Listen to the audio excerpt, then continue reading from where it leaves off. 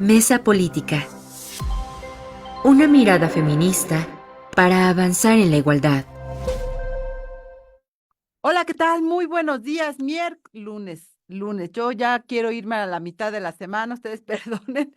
Lunes 11 de noviembre del 2024, son las 10 de la mañana. Estamos ya en la mesa política aquí en CIMAC Radio. Recuerde que nos puede hacer llegar sus comentarios, sus opiniones de este y los temas que vamos tratando a lo largo de la semana, el 55 60 60 55 71. Yo soy Lucía Lagunes Huerta. Y pues le doy la más cordial bienvenida a esta mesa política, pues que tenemos un montón de temas, se va sumando en la agenda de la discusión pública los temas. Uno de ellos tiene que ver con este nuevo modelo de Estado, nuevo modelo de gobierno que se está diseñando a partir de la propuesta de eliminación también de diferentes órganos autónomos que tenemos o que teníamos, y, por supuesto, entre las instancias defensoras de derechos humanos, pues se encuentra también la discusión del futuro de la presidencia de la Comisión Nacional de Derechos Humanos.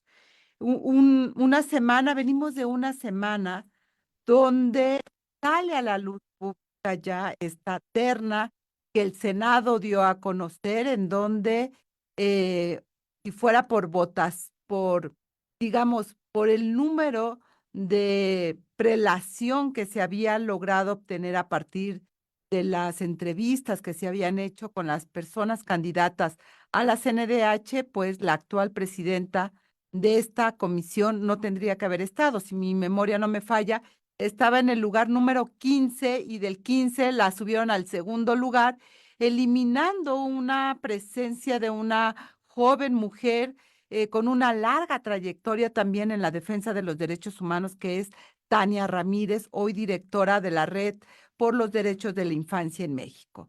La Comisión Nacional de Derechos Humanos, me parece que es importante recordar, nace también desde las iniciativas de las organizaciones sociales, porque en este país se requería urgentemente una instancia que vigilara precisamente el respeto a los derechos humanos, y hoy está en entredicho, Alma Margarita. ¿Qué está pasando con la CNDH? ¿Cómo ves tú? Porque bueno, la Comisión de Derechos Humanos, hay que decirlo, fue de las primeras recomendaciones que emitió cuando el feminicidio en Ciudad Juárez. Y uno de los señalamientos importantes en esos años 90 que hace esta recomendación de la CNDH es la investigación sexista que estaba haciendo precisamente las autoridades de aquel estado de la República. Es decir, sirvió o funcionó en su momento también para que los derechos humanos de las mujeres estuvieran, desde una óptica importante. ¿Tú cómo ves, Alma, lo que está ocurriendo hoy en la CNDH y cuáles son el panorama que tenemos enfrente del cual tendría que estar la ciudadanía pendiente de lo que ahí ocurre? Sí, buenos días, gusto en saludarlas, queridas Lucía y Marta.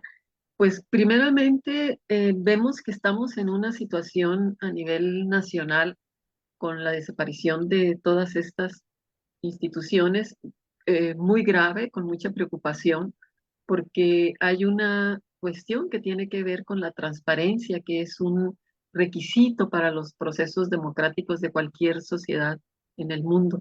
Y en México ha sido fundamental los procesos de transparencia porque nos han llevado a casos eh, de estafas impresionantes que sin la posibilidad de haber tenido acceso a la información a través, en este caso del INAI, pues no se hubieran logrado.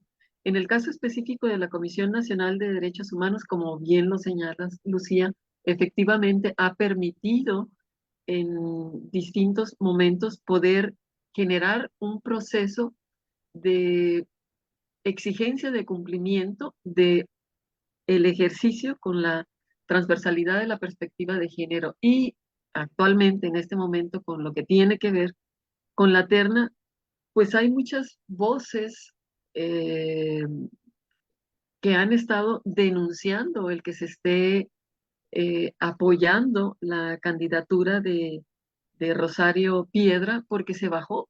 exactamente a la segunda mejor calificada, a Tania eh, Ramírez. Ramírez. eh, Se le bajó de la terna que había para poder subir a Rosario Ibarra, perdón, a Rosario Piedra. Y hay una serie de denuncias en relación a su desempeño en la Comisión Nacional de Derechos Humanos. Ha sido calificada no solamente en la terna como la peor exposición que hubo, sino en su desarrollo como comisionada.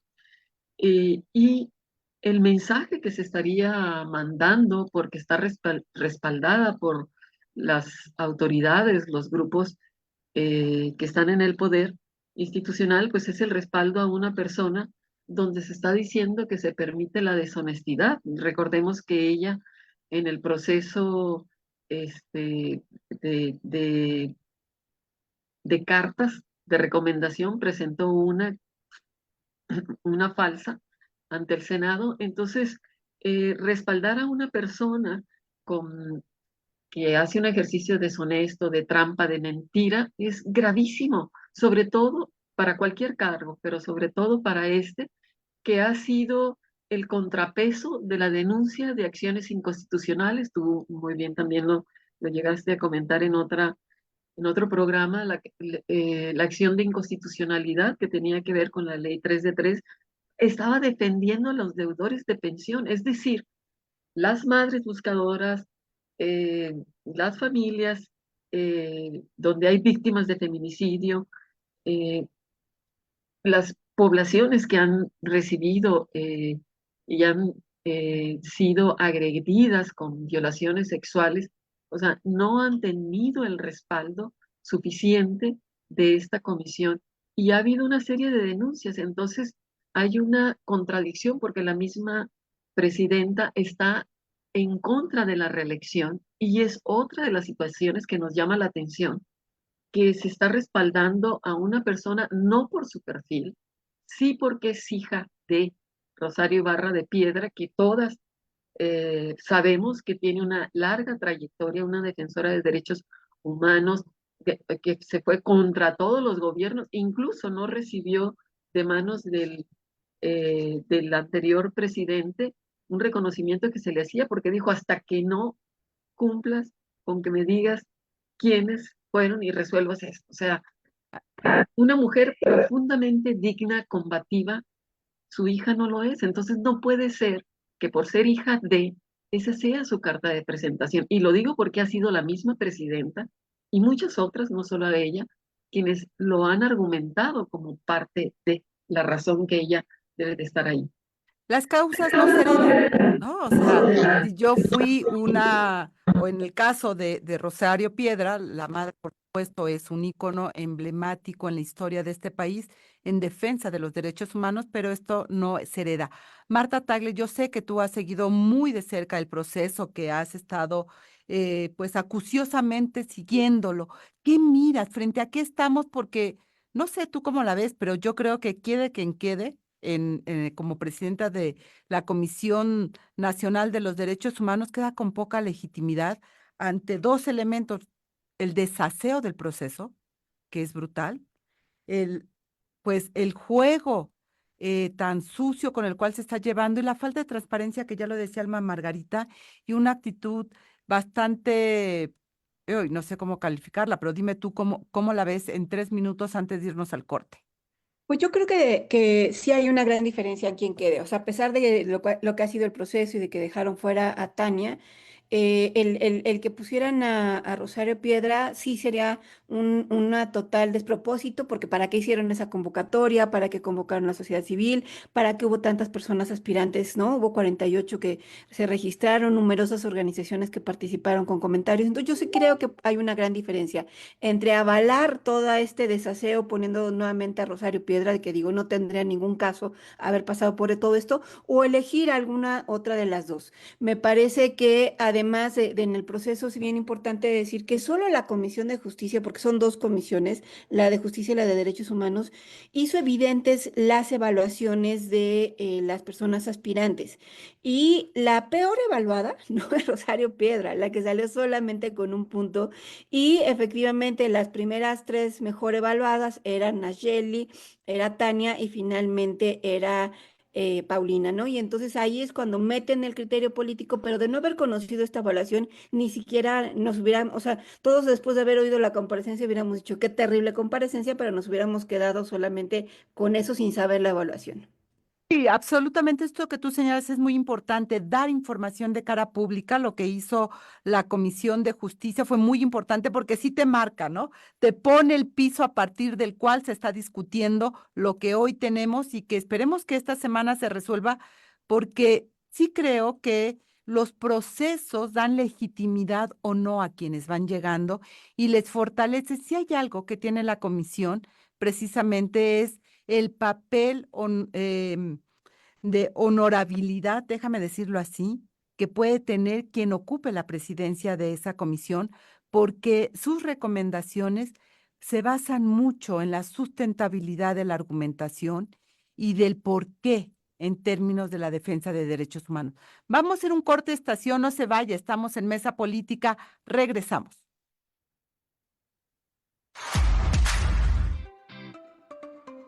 El programa de vivienda de Sheinbaum, un paso hacia la igualdad de género y el apoyo a grupos vulnerables en México. La presidenta, Claudia Sheinbaum, anunció el lanzamiento del programa de vivienda y regularización en colaboración con la secretaria de Desarrollo Agrario, Territorial y Urbano, Edna Elena Vega Rangel. Esta iniciativa se propone construir 1 millón de viviendas a lo largo del sexenio, enfocándose en beneficiar a mujeres jefas de familia, estudiantes, mujeres indígenas y otros grupos vulnerables. El programa responde a la necesidad de reducir la desigualdad en el acceso a la vivienda, un área donde históricamente las mujeres han tenido menos oportunidades. Según datos del Instituto Nacional de Estadística y Geografía, en 2020, el 32% de los hogares en México eran encabezados por mujeres, una cifra que ha aumentado con respecto a las décadas anteriores. Sin embargo, persiste la brecha en el acceso a la vivienda. Las mujeres continúan enfrentando desafíos significativos, como lo indica un estudio de la SEDATU, que destaca cómo la doble carga laboral entre el trabajo remunerado y el no remunerado afecta su capacidad de acceder a viviendas propias. El acceso desigual a financiamientos es un obstáculo persistente. En 2018, la Comisión Nacional de Vivienda reportó que solo el 35.6% de los créditos de vivienda se otorgaban a mujeres, frente al 60% que recibían los hombres. Esto se suma a las dificultades en el acceso a créditos bancarios. A pesar de la creciente participación de las mujeres en la fuerza laboral, como muestra la Encuesta Nacional de Ocupación y Empleo 2023, la falta de financiamiento adecuado complica la posibilidad de contar con una vivienda segura y digna para muchas mujeres en México. En tanto, el programa de vivienda y regularización busca corregir estas desigualdades mediante la construcción de viviendas en regiones estratégicas del país. Para 2025, se planea construir 165,000 viviendas nuevas en el oriente del Estado de México, así como realizar 100,000 mejoramientos y entregar 120,000 escrituras. Esta distribución regional es clave para atender el rezago habitacional y las necesidades de vivienda derivadas del crecimiento demográfico. Además de la construcción de nuevas viviendas, la iniciativa también incluye 450,000 proyectos de mejoramiento y ampliación de vivienda, con una inversión estimada en 600 millones de pesos. El programa también prevé un esfuerzo significativo en la escrituración de viviendas, lo que permitirá a las familias contar con seguridad jurídica sobre sus hogares. La meta de estas acciones es atender a poblaciones vulnerables, como mujeres en situaciones de riesgo, personas indígenas, adultos mayores y jóvenes. El acceso a la vivienda adecuada se considera un derecho humano fundamental y el programa busca cumplir con los 7 principios de la vivienda adecuada establecidos por las Naciones Unidas. Y ya estamos aquí de regreso, Mesa Política, una mirada feminista para avanzar precisamente en la igualdad. Recuerde, 55 60 60 55 71 es el número de contacto de esta emisión, de este programa, para que usted nos pueda ir haciendo también sus comentarios. ¿Qué le parece lo que está pasando actualmente en este designación de quién será la próxima presidenta de la Comisión Nacional de Derechos Humanos. Mi querida Angélica de la Peña, bienvenida, un gusto tenerte acá. ¿Cómo has visto el proceso y qué ves el desenlace? ¿Cuál es tu bola de cristal que te dice? Mi bola de cristal. Bueno, además de saludarlas con mucho afecto a las tres, yo sí estoy sumamente mortificada, no preocupada, mortificada porque si como todo indica, a partir de las trampas que así lo constatan, la decisión que van a tomar las senadoras y senadores de Morena en las próximas horas, mañana en su sesión, en la sesión del Senado, van a ratificar de nuevo, van a reelegir, sería el concepto, no ratificar, sería reelegir a la actual presidenta Rosario Piedra. Bye bye, Comisión Nacional de los Derechos Humanos, ¿eh? No hay manera de que pueda subsistir un ciclo más con esta señora y dejen que nos regresen a que la comisión sea una subsecretaría en el marco de la Secretaría de Gobernación, como comenzó a configurarse esta comisión como organismo constitucional autónomo. Simplemente todo lo que podemos decir de su anterior ciclo que está por terminar es que hay un retroceso tremendo de las funciones del objeto de creación de la comisión y nos llevará a tener ahí un elefante blanco que va a seguir minimizándose, quitándole presupuesto, quitándole actividades, funciones, pero sobre todo, y lo más importante, no servir desde el punto de vista sustantivo al objeto de su creación. Y podemos hacer la lista. Nunca ha atendido a las madres y también padres, familiares de personas desaparecidas. Ha abandonado a las periodistas, a los periodistas a quienes representan, garantizan la libertad de expresión. No le interesa lo que pase con la militarización, ha quedado callada cuando ha visto que la militarización va y finalmente ya está consolidada bajo la directriz de la Secretaría de la Defensa Nacional, que se cambie como se llame, son los militares. Las Fuerzas Armadas de este país es la antítesis de la Comisión Nacional de los Derechos Humanos. Por eso me parece que las organizaciones, y con eso termino, las organizaciones de defensa de los derechos humanos de México, de todo el país, tienen que manifestarse. Miren, yo no sé si recuerdan y cuando se constituyó Seguridad sin Guerra. Bueno, las teníamos, tú recuerdas, Marta, las teníamos todos los días ahí en el Senado, dándonos friega a que no hubiese una militarización de la seguridad pública. Después ya en el sexenio de López Obrador, quién sabe qué pasó con ellas, permitieron una serie de errores y ahora ahí están los hechos. Bueno, yo ahora espero que a quienes buscan a sus seres queridos, que son los que están elevando más la voz, sobre todo las madres, no se queden solas frente a este gravísimo deterioro que está sufriendo la Comisión Nacional de los Derechos Humanos y que va hacia su desaparición. A ver, Marta, a propósito de este comentario que hace Angélica de la participación ciudadana, me parece que uno de los efectos del cierre del diálogo social con las organizaciones del sexenio pasado tiene que ver con esta ausencia, digamos, de encontrar sentido de ir y manifestarte o de ir y buscar el diálogo con las senadoras, con los senadores. Es decir, ahora que Angélica trae a la memoria en este espacio esa interlocución de las organizaciones, había con quién discutir, escuchaban, había un diálogo parlamentario con las y los senadores, pero yo he escuchado a las organizaciones decir que no tiene caso ir y desgastarse cuando no hay realmente una disposición a la escucha, a poner en reflexión lo que las organizaciones colocan con la evidencia que tienen. Esto me parece muy grave y es parte del efecto que tenemos hoy pues con esta discusión de la Comisión Nacional de Derechos Humanos. ¿Tú cómo lo ves? ¿Cuál es tu análisis? Sí, no, yo coincido en eso con Angélica, o sea, a pesar de que obviamente los anteriores gobiernos vimos etapas en las cuales pues terminaban aprobando cosas, al final de cuentas sí había posibilidades de incidir, de tratar de modificar, de llegar a acuerdos, teníamos sin duda la sociedad civil organizada, pero yo creo que sin duda es por cómo se le atacó tan fuertemente a la sociedad civil organizada en la anterior administración, eso no tengo ni la más menor duda con respecto a eso, pero también creo que hay un efecto desde el 18 y lo seguimos viviendo ahorita de desarticulación, por lo menos en el feminismo lo veo, ¿no?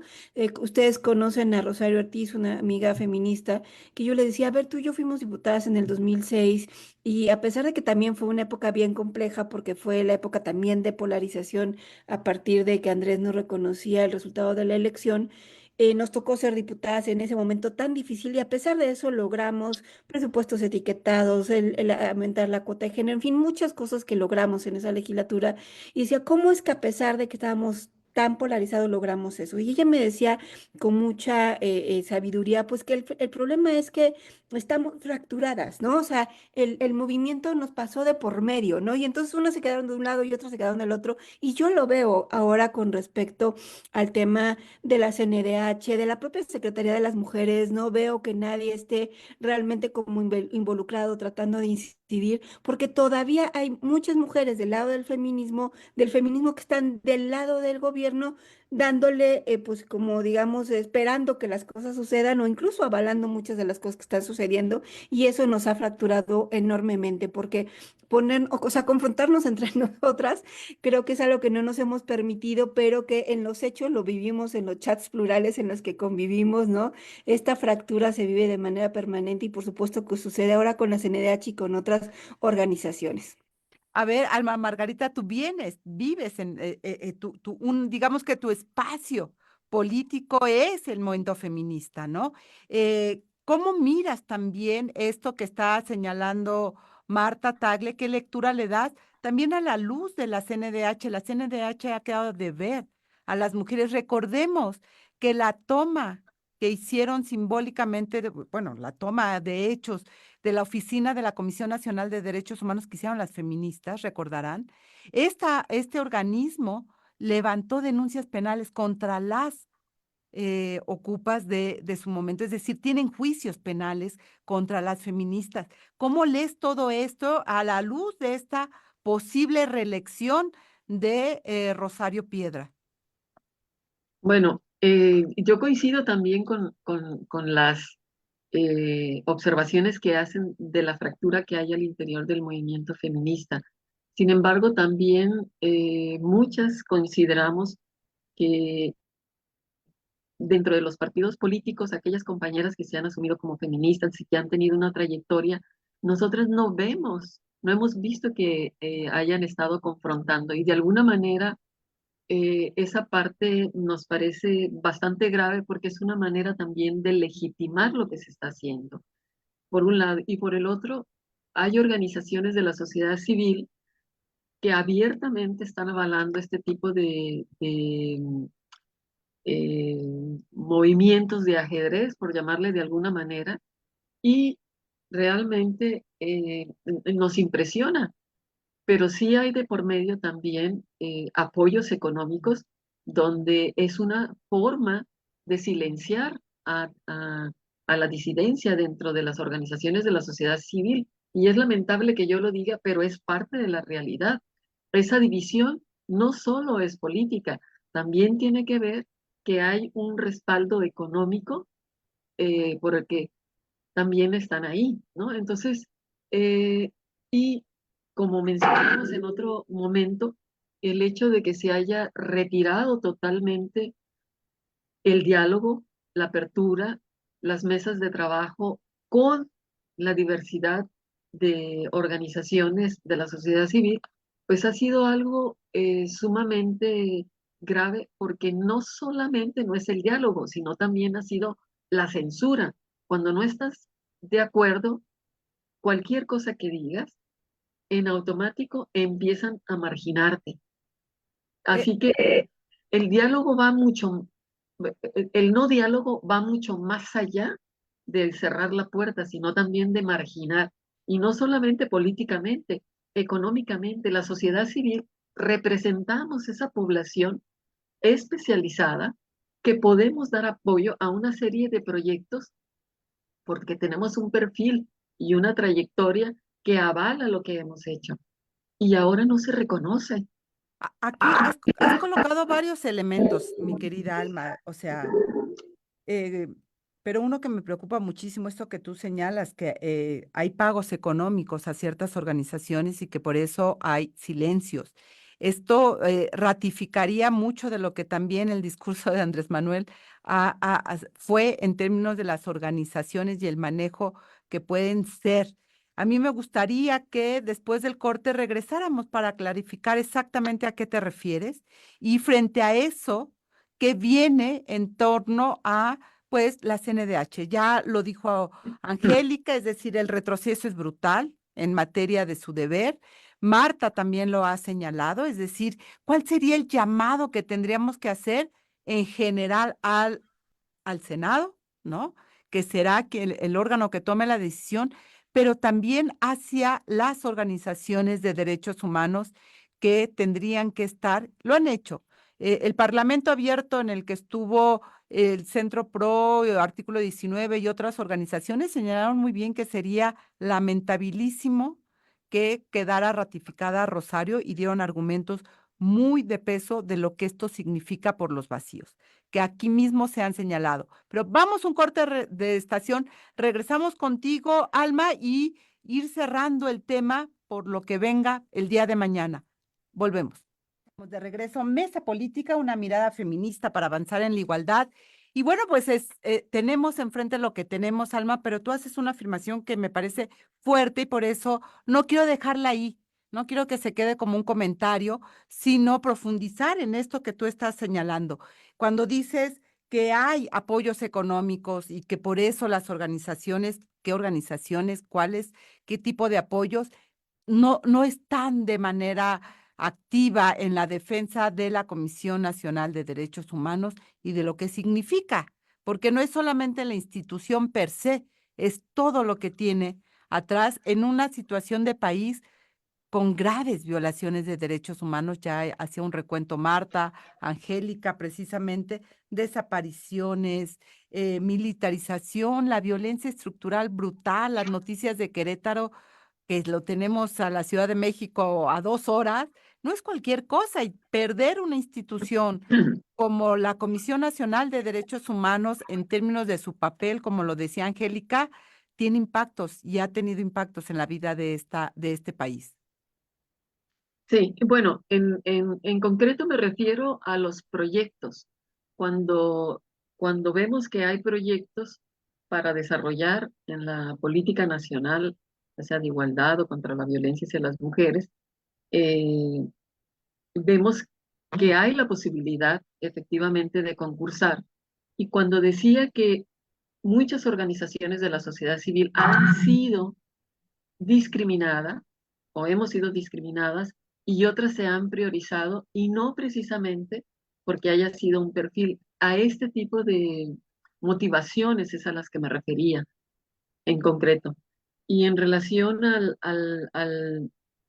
pues a lo que podríamos hacer, me parece que es muy importante. Perdón, Alma. Es decir, algo que no hay ya en este país a partir del mandato de Andrés Manuel, el famoso memorándum número 1, son apoyos para organizaciones por parte de los gobiernos. Es decir, eso es clarísimo. ¿Qué tipo de apoyos te refieres? Es decir, Pero ¿cuáles se sigue, de concursos, todas etcétera? maneras, se siguen contratando para proyectos, para desarrollar proyectos de capacitaciones, de asesorías, en los cuales están involucradas estas políticas que se están desarrollando en este momento. A ese tipo de selecciones a la que me refiero, o sea, no es una selección abierta en general, sino es muy selectiva. Bueno, ok, digamos, ¿cuál es entonces, Alma, qué pasa con el feminismo? ¿Se está detenido por eso o qué? No, lo que yo señalé es que además de haber el no diálogo con las instituciones, también había formas de discriminar y de marginar políticamente, incluso económicamente, porque muchas de las organizaciones efectivamente requieren para desarrollar sus proyectos, de estos apoyos para poder sobrevivir. Eso era lo que señalé. Ok. ¿Y el movimiento qué tanto ve? Te lo pregunto, ¿qué tanto? Y con eso le daría paso a Angélica, ¿qué tanto ve precisamente el papel que juega la CNDH? Bueno, es muy importante porque la Comisión Nacional de Derechos Humanos tiene la obligación de rendir informes sobre la política y de igualdad y las condiciones que tienen los derechos humanos de las mujeres en México. Y lo que hemos visto es que no ha respondido efectivamente a todas las violaciones que se han señalado y que ya comentaron tanto Marta como Angélica. Y entonces lo que nos corresponde es seguir insistiendo el llamado al Senado a que se apegue a derecho, que en la selección efectivamente debe ser la idoneidad, la integridad de la persona que se seleccione y en el mejor perfil y no estar buscando generar poder seguir con la complacencia de un perfil que ha sido señalado por la no autonomía y por la injerencia institucional, porque no ha estado efectivamente atendiendo todos los casos que se han estado desbordando en todo el país. Angélica, ¿hay manera de recuperar la Comisión Nacional de Derechos Humanos?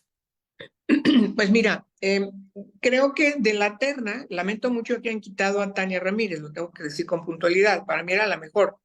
La conozco muy bien, la conozco desde que empezó, ella dirige Redim, además conoce perfectamente bien el problema de desaparición forzada, porque su padre es un desaparecido forzosamente, y bueno, de la terna, la tercera en la lista no la conozco de cerca, la primera pues es Nacheli Ramírez, que es presidenta de la Comisión de los Derechos Humanos en Ciudad de México. Tiene señalamientos también fuertes en Nacheli, pero también la conozco hace muchos años. Me parece que entre las dos pudiera surgir la propuesta. Obviamente Nacheli tiene una gran experiencia formando parte, además de la Federación de Comisiones y de Organismos de Derechos Humanos en el país. Tiene un trabajo importante, me consta, porque lo sé por varias comisiones locales, y tiene una relación importante con las 32, digamos, prácticamente todas las comisiones estatales de derechos humanos, lo cual te garantiza también resolver un problema que hoy se tiene, porque esta señora que está tramposamente, hace 6 años fue elegida, entre comillas, pues no tiene ninguna relación, como si había una dinámica de relación importante. Entonces, yo creo que, ¿qué es lo que viene? Mira, quiero rescatar rápidamente algo que aquí se mencionó. El Senado de la República y de manera particular la Comisión de los Derechos Humanos, cuestión que conozco muy bien porque yo presidí la Comisión de Derechos Humanos, tiene que ponerse de acuerdo junto con la mesa directiva para convocar a el informe que tiene que dar la Comisión Nacional de los Derechos Humanos cada año respecto de sus actividades. Nunca pudimos lograr que fuera directamente al Senado, siempre se hacía en momentos en que estaba funcionando la Comisión Permanente, y eso evitaba que particularmente el Senado de la República, que es quien tiene la potestad de recibir el informe, de revisar el informe, de aprobar el informe, de cuestionar incluso el informe, de proponer, pues se quedaba como un poco marginado porque era una comisión permanente, y allí ese me parece que fue uno de los pendientes que no se pudieron lograr en la comisión anterior a esta señora Piedra. Yo creo que la verdad le faltan muchas cosas a la Comisión Nacional de los Derechos Humanos para que funcione conforme el objeto de su creación, como la concibió incluso Jorge Carpizo, y las organizaciones de la sociedad civil que son preponderantemente importantes en la integración de su consejo consultivo. Hoy sabemos que todos han... No tiene consejo consultivo esa No, comisión, es decir, no, porque renunciaron. claro. nombraron otro y les volvió a renunciar. No tiene adentro ningún obstáculo, no hay ninguna vigilancia, no hay absolutamente nada que ¿De cuentas a nadie? funcione. No le da cuentas a nadie. Entonces, así tampoco nos sirve la comisión. Marta Tagle, te haría la misma pregunta. ¿Hay manera de recuperar en este proceso la misión, el objetivo por el cual se crea la Comisión Nacional de Derechos Humanos?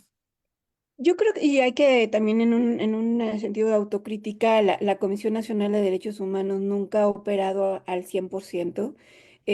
Sin embargo, ¿no? Creo que sí depende mucho de la persona que quede al frente, ¿no? Del movimiento que le dé, del tipo de trabajo que haga con respecto a las recomendaciones, siendo la CNDH justamente de trabajar con las comisiones estatales de derechos humanos, en fin, sí depende mucho de la posición que esté ahí. Entonces, por eso es que es fundamental la persona que se nombra ahí, aunque hay que reconocer que la comisión se ha visto disminuida en funciones, presupuestos, atribuciones, etcétera.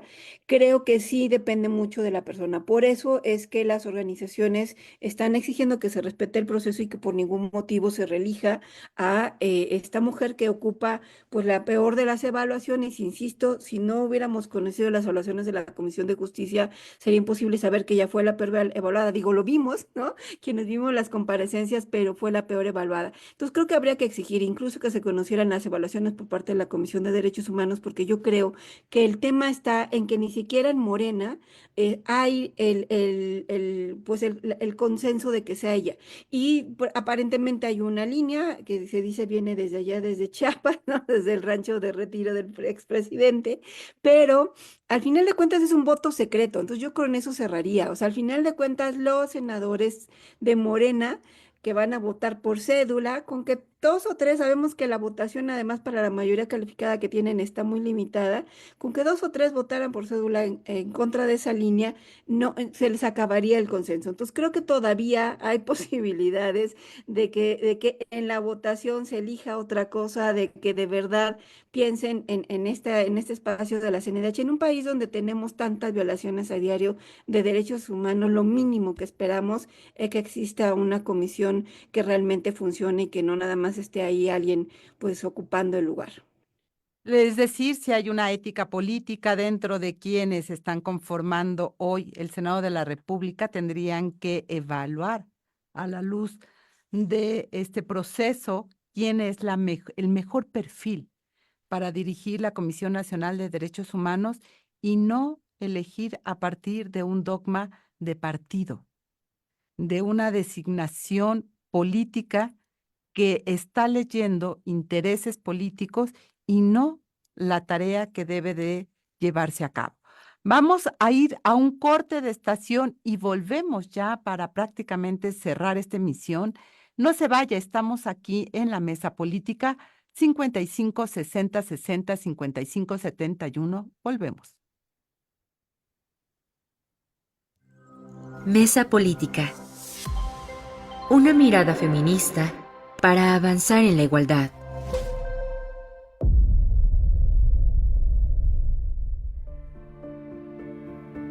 Los avances hacia la igualdad, compromisos y proyectos de Lorena Cuéllar por las mujeres en Tlaxcala. Lorena Cuéllar Cisneros asumió la gubernatura de Tlaxcala el 31 de agosto de 2021, convirtiéndose en la segunda mujer en liderar el estado. La primera en ocupar este cargo fue Beatriz Paredes en 1987, miembro del Partido Revolucionario Institucional, quien dejó un importante legado en la política tlaxcalteca. Según datos del Instituto Nacional de Estadística y Geografía, Tlaxcala cuenta con 1.342.977 habitantes, de los cuales el 51.6% son mujeres. La entidad ha experimentado mejoras en la tasa de analfabetismo, que se ha reducido al 3.3%, y el acceso a servicios básicos ha avanzado significativamente, aunque persisten retos en la brecha económica de género. Desde su toma de protesta, Cuéllar se comprometió a liderar un gobierno con enfoque de género, con especial énfasis en combatir la desigualdad y la violencia hacia las mujeres. La violencia de género sigue siendo un desafío en el Estado, con un 68.6% de las mujeres mayores de 15 años que han sufrido violencia. Esta problemática ha impulsado la implementación de políticas enfocadas en la protección y la atención integral de las víctimas, incluyendo apoyo psicológico, social y acceso a la justicia. En su administración, Cuellar ha impulsado diversos programas en favor de las mujeres, como el apoyo a mujeres jefas de familia, con una inversión de 45 millones de pesos para apoyar a 1,800 mujeres emprendedoras. Estos programas no solo brindan apoyo financiero, sino también capacitación en empoderamiento y administración. Mirando hacia el futuro, el Paquete Económico 2025 asignará recursos adicionales para fortalecer la Fiscalía General de Justicia del Estado y consolidar la Secretaría de la Mujer, garantizando atención integral a las mujeres. La gobernadora espera consolidar programas que impulsen la justicia y la equidad, fortaleciendo la infraestructura social y asegurando un Estado más inclusivo.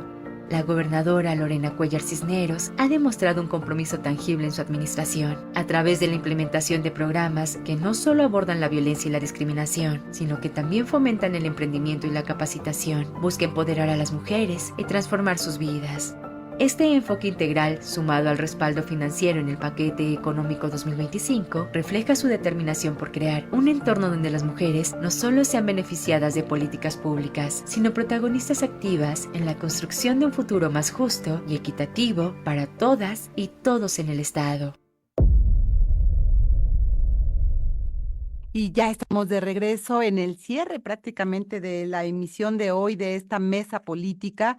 Gracias por estar con nosotras esta mañana del lunes 11 de noviembre. Recuerde 55 60 60 55 71.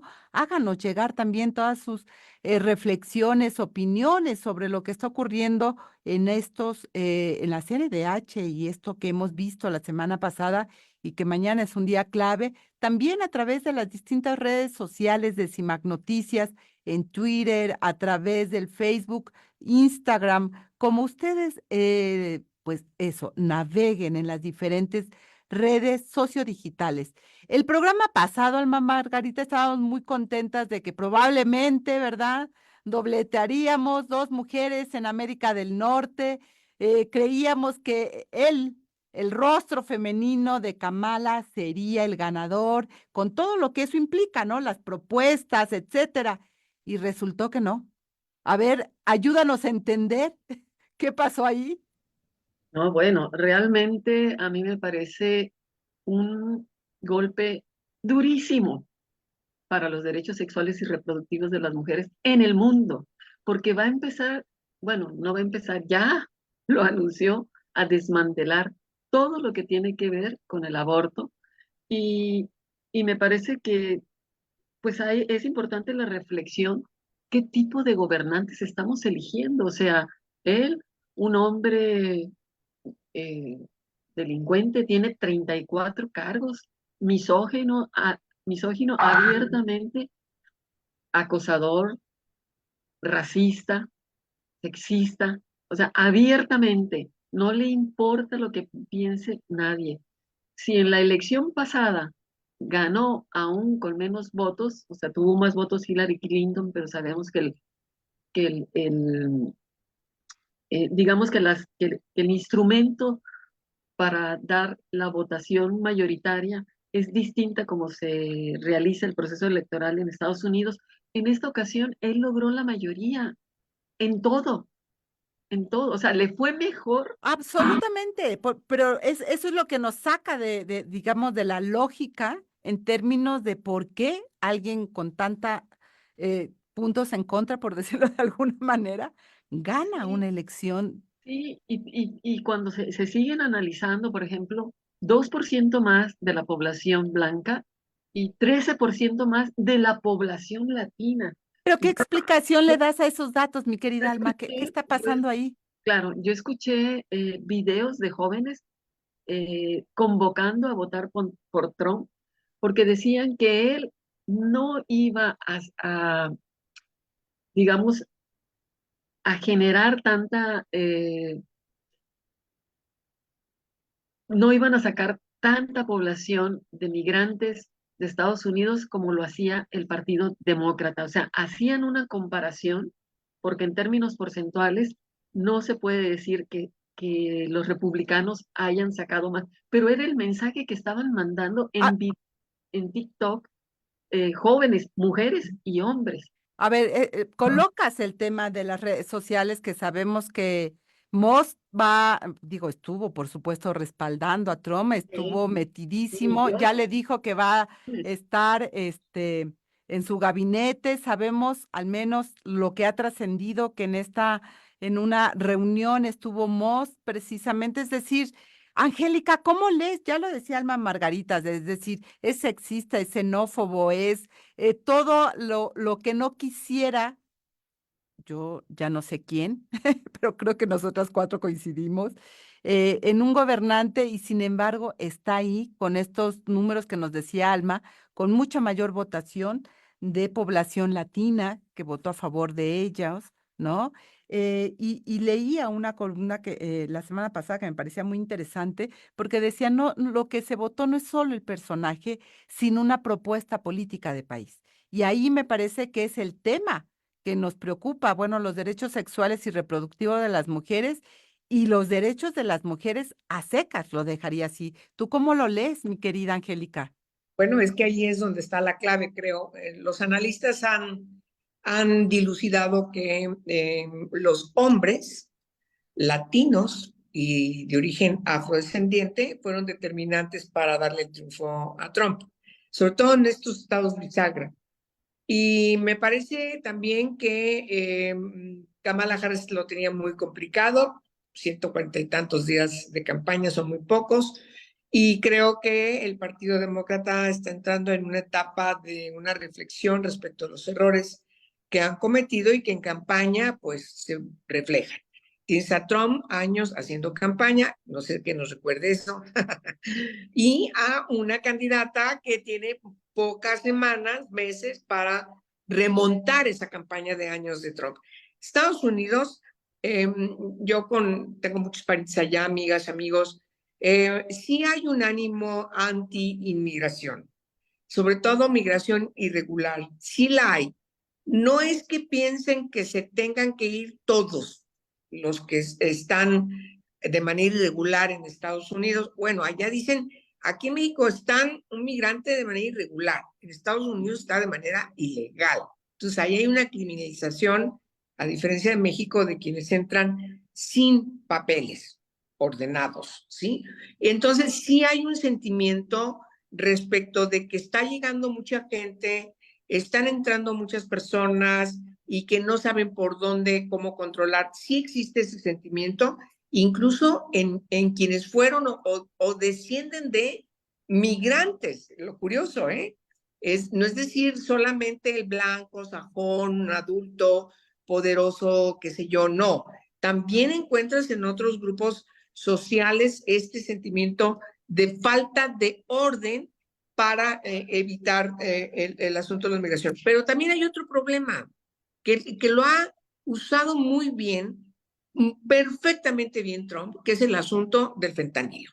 El fentanilo es una cosa verdaderamente horrorosa en Estados Unidos. Sobre todo hay algunas ciudades en donde te los encuentras en la calle, es una cosa verdaderamente tremenda y me preocupa mucho, y yo ahí lo dejo, que vaya a tener las condiciones desde el Congreso, las dos cámaras, para sacar adelante esta iniciativa de campaña que apoyan a los republicanos de considerar como terrorismo a los narcos, particularmente los narcos mexicanos. Eso es gravísimo y lo pueden hacer.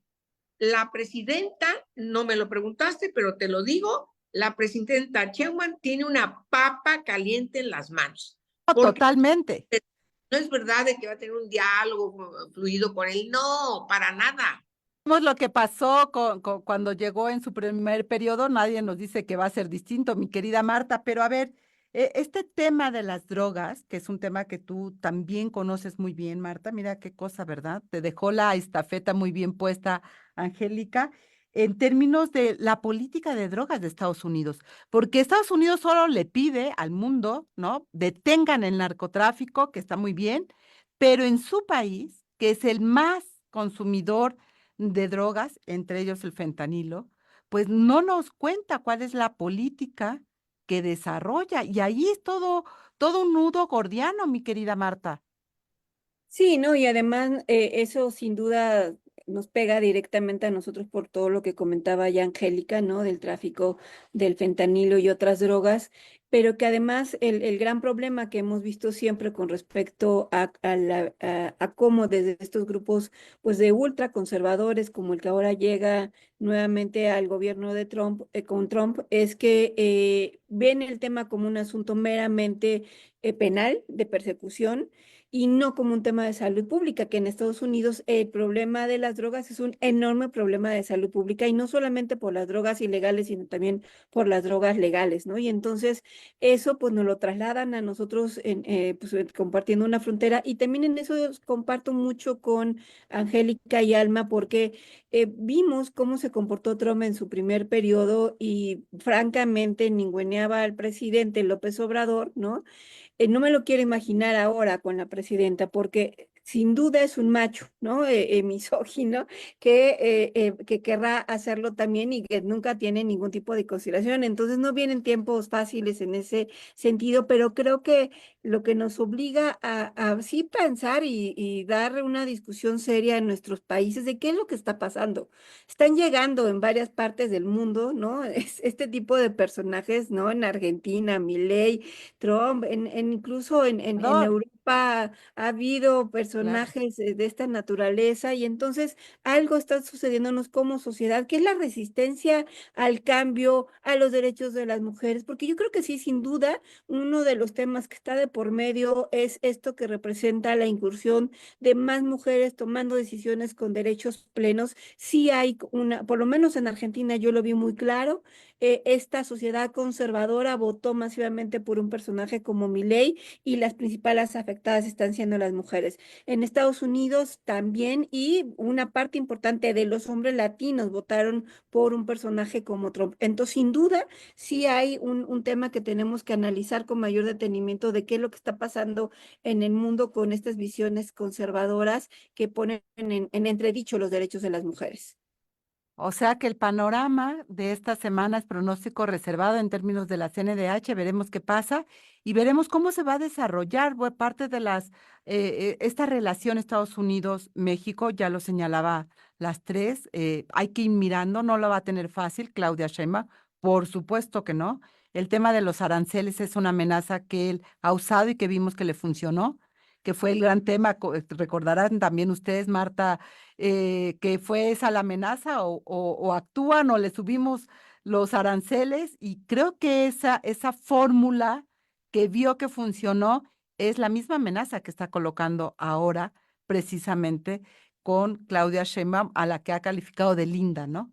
O sea, no es una mujer inteligente, no es una mujer pensante, es linda.